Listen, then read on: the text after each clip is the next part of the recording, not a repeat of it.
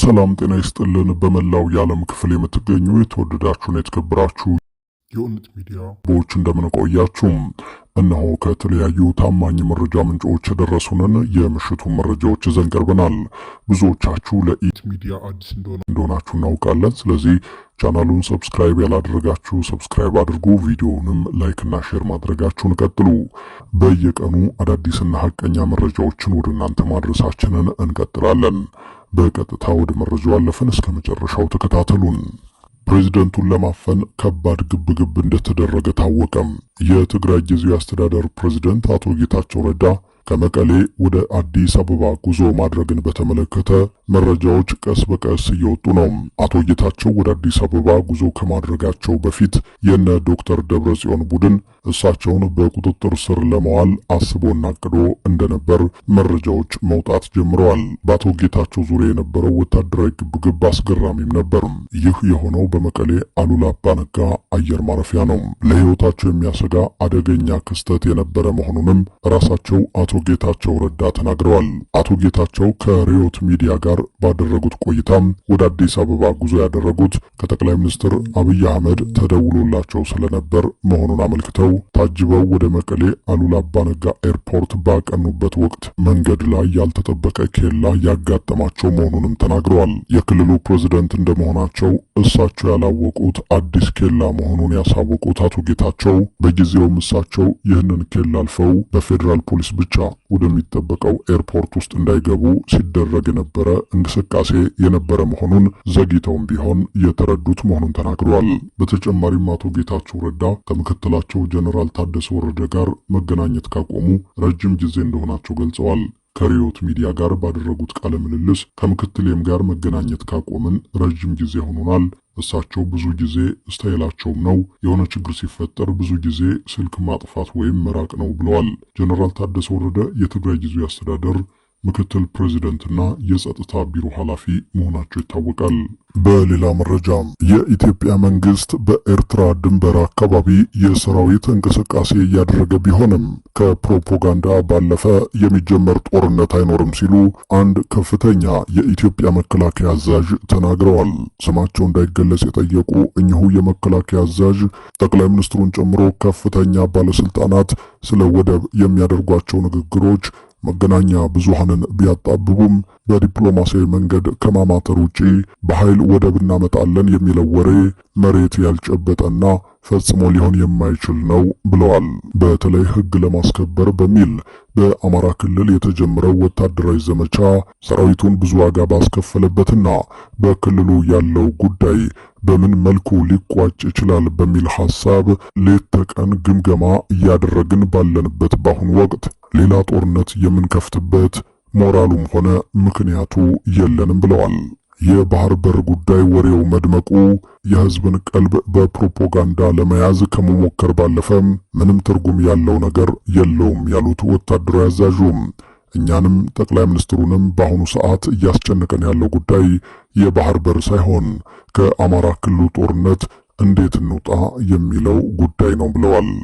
በሌላ መረጃ አቃቢ ሕግ በእነ ዮሐንስ ቦያለው መዝገብ ስር በተከሰሱ ተጠርጣሪዎች ላይ ምስክሮችን ማሰማት ጀመረ። አቃቢ ሕግ ተከሳሾቹ ባስተላለፉት ትዕዛዝ ምክንያት የደረሱ ጉዳቶችን ያስረዱልኛል ያላቸውን ምስክሮች አቅርቧል። የፍትህ ሚኒስቴር በእነ ክርስቲያን ታደለ መዝገብ ባሉ 52 ተጠርጣሪዎች ላይ የፖለቲካ ርዕዮትን በኃይል ለማስፈጸም ተንቀሳቅሷል፣ በ1996 ዓ.ም የወጣውን የወንጀል ሕግ እንዲሁም የሽብር ወንጀሎችን ለመከላከል የወጣውን ሕግ ጥሰዋል በሚል ከአንድ ዓመት በፊት ክስ መመስረቱ ይታወሳል። በዚህ ክስ መዝገብ ስርም የአማራ ብሔራዊ ንቅናቄ አብን ፓርቲን ወክለው የህዝብ ተወካዮች ምክር ቤት አባል የሆኑት አቶ ክርስቲያን ታደለ እንዲሁም የአማራ ብልጽግና ፓርቲን ወክለው የክልሉ ምክር ቤት አባል የሆኑት አቶ ዮሐንስ ቦያለው እንዲሁም የአዲስ አበባ ምክር ቤት አባሉ ዶክተር ካሳ ተሻገር፣ ጫኔ ከበደ፣ እስክንድር ነጋ፣ ዘመነ ካሴ፣ አበበ ፈንታው፣ አሰግድ መኮንን፣ መከታው ማሞ፣ ፈንታውን ሙሐባና ሌሎችም ተካተዋል።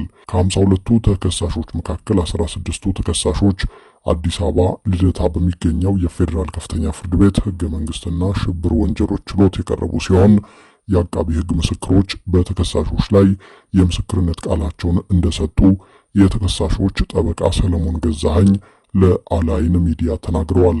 ጠበቃ ሰለሞን እንዳሉት በፌዴራል ከፍተኛው ፍርድ ቤት ልደታ ምድብ አንደኛና ሁለተኛ ህገ መንግስታዊና ጸረ ሽብር ችሎት አቃቢ ህግ በነ አቶ ዮሐንስ ቦያለው የክስ መዝገብ በሚገኙ ተጠርጣሪዎች ላይ ያቀረባቸውን ምስክሮች ፍርድ ቤቱ መስማት ጀምሯል። በሌላ ዜና በእስራኤል ጥቃቶች የተገደሉ ፍልስጤማውያን ቁጥር 413 ደረሰ። ግብጽ፣ ቱርክ፣ ቻይናና ሩሲያን ጨምሮ በርካታ ሀገራት በጋዛ የተፈጸመውን ጥቃት አውግዘዋል።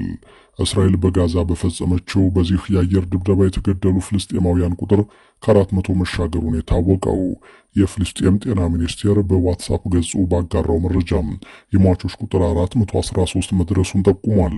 ከሁለት ወራቱ የተኩስ አቁም ስምምነት በኋላ የተፈጸመው መጠነ ሰፊ የአየር ጥቃት ከ560 በላይ ሰዎችን ማቁሰሉንና በርካታ ሰዎችም አሁንም ድረስ በፍርስራሽ ውስጥ እንደሚገኙ ሚኒስቴሩ ገልጿል።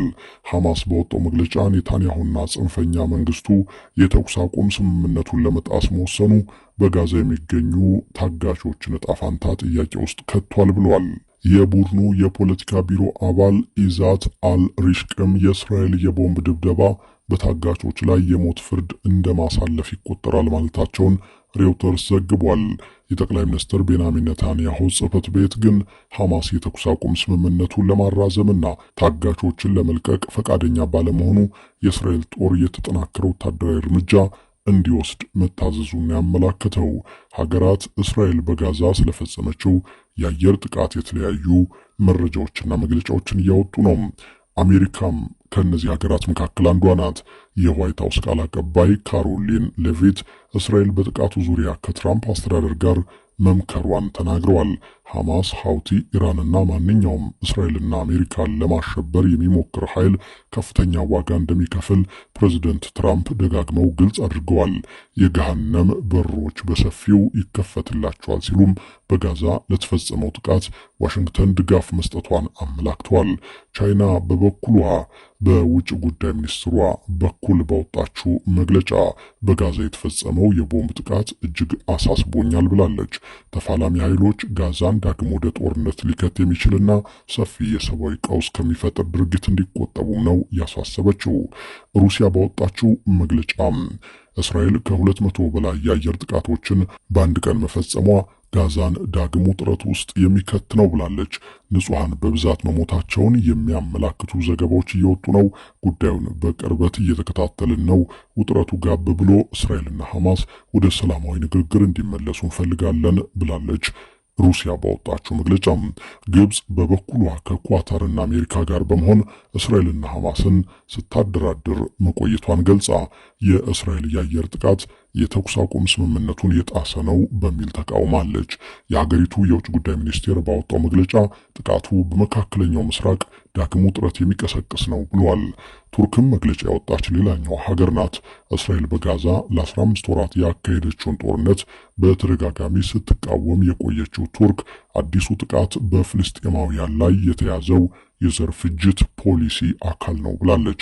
እስራኤል በቀጠናው አዲስ የግጭት ዑደት ውስጥ መግባቷ ተቀባይነት እንደሌለው ያነሳቸው ቱርክም የቴል አቪቭ የጥላቻ ፖሊሲ የመካከለኛው ምስራቅን መጻኢ ስጋት ውስጥ ከቷል ሲልም ወቅሷል። ኖርዌይ፣ ኔዘርላንድስና ስዊዘርላንድ ባወጡት መግለጫ ጥቃቱን አውግዘው እስራኤልና ሐማስ በፍጥነት ወደ ተኩስ አቁም ድርድር